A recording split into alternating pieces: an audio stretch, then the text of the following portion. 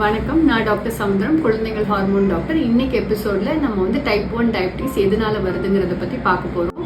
So ஒரு குழந்தைக்கு type 1 diabetes வந்திருக்கு அப்படின்னு தெரிஞ்சோடனே பேரண்ட்ஸ்குள்ள காமன் கொஸ்டின் வந்து என்ன ரீசன்னால என் குழந்தைக்கு டைப் 1 டயபிட்டிஸ் வந்ததுன்னு கேட்பாங்க. ஸோ நிறைய குழந்தைங்க சுகரி ஃபுட் சாப்பிட்ருக்காங்களே அந்த ரீசன்னால வந்திருக்கா, இல்லை அம்மாவுக்கு வந்து ப்ரெக்னன்சி எப்போ டயபிட்டிஸ் இருந்தது அந்த காரணத்தினால வந்திருக்கான்னு யோசிப்பாங்க. ஸோ இந்த டவுட்ஸ் எல்லாம் கிளியர் பண்ணுறதுக்கு தான் இந்த எபிசோட். ஸோ டைப் 1 டயபிட்டிஸுங்கிறது ஒரு ஆட்டோஇம்யூன் டிசீஸ்ன்னு சொல்லுவோம்.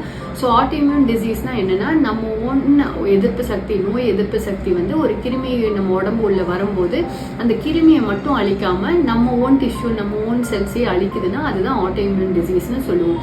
ஸோ ஏன் இந்த மாதிரி ஆட்டோஇம்யூன் டிசீஸ் வருதுன்னு பார்த்தோன்னா, இப்போ சில வகையான viral infection, entero virus, rubella virus, இல்லை காக்சாக்கி வைரஸ், இல்லை இப்போ ரீசெண்டாக இந்த COVID-19 பேண்டமிக் அப்போ கூட நம்ம நிறைய டைப் 1 டயபிட்டிஸ் பார்த்தோம். இதெல்லாம் ஏன்னு பார்த்தீங்கன்னா, இந்த வைரஸ்லாம் நம்ம உடம்புல வரும்போது நம்ம நோய் எதிர்ப்பு சக்தி வந்து இந்த வைரஸ்களை மட்டும் அழிக்காமல் நம்ம பேங்க்ரியாஸ் கணையம்ல உள்ள இன்சுலின் சுரக்கிற செல்ஸ், ஐலட் செல்ஸையும் சேர்த்து டேமேஜ் பண்ணிடுது.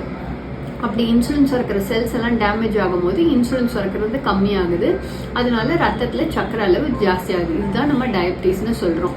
ஸோ இந்த வைரல் இன்ஃபெக்ஷன் தவிர மற்ற ரீசன்ஸ் என்னென்னு பார்த்தீங்கன்னா, சில சுற்றுச்சூழல் காரணிகள்னாலையும் இந்த மாதிரி வந்து ஆட்டோஇம்யூன் டிசீஸ் வரலாம். இப்போ வந்து நெக்ஸ்ட் கொஸ்டின் என்ன இருக்கும்னா, இப்போ வந்து நிறைய பேருக்கு இந்த மாதிரி வைரல் இன்ஃபெக்ஷன் வருது, ஆனால் எல்லாருக்கும் டைப் 1 டயபிட்டிஸ் வரதில்லை. அது ஏன்னு பார்க்கலாம் இப்போ. ஸோ இப்போ நம்ம உடம்புல வந்து நிறைய ஜீன்ஸ்னு இருக்குது உடம்புல. ஸோ அது வந்து பல ஆயிரக்கணக்கான ஜீன்ஸ் இருக்குது.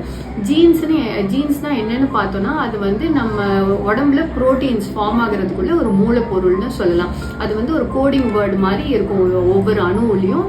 அந்த கோடிங் வேர்டை ரீட் பண்ணி தான் நம்மளுக்கு ப்ரோட்டீன் ஃபார்ம் ஆகுது நம்ம அணுவில். ஸோ இந்த ஜீன்ஸில் சில குறிப்பான ஜீன்ஸ் இருக்குது, HLA ஜீன்ஸ்னு சொல்லுவோம். அந்த HLA ஜீன்ஸ் என்னென்னு பார்த்தீங்கன்னா, அந்த ஜீன்ஸை வச்சு தான் நம்ம உடம்பு இம்யூன் சிஸ்டமுக்கு தெரியுது அது நம்ம ஓன் செல்ஸா இல்லை வந்து ஜெர்ம்ஸா, வெளியேருந்து வந்த ஜெர்ம்ஸான்னு தெரியறதுக்கு உள்ள ஜீன்ஸாக இந்த HLA ஜீன்ஸ்.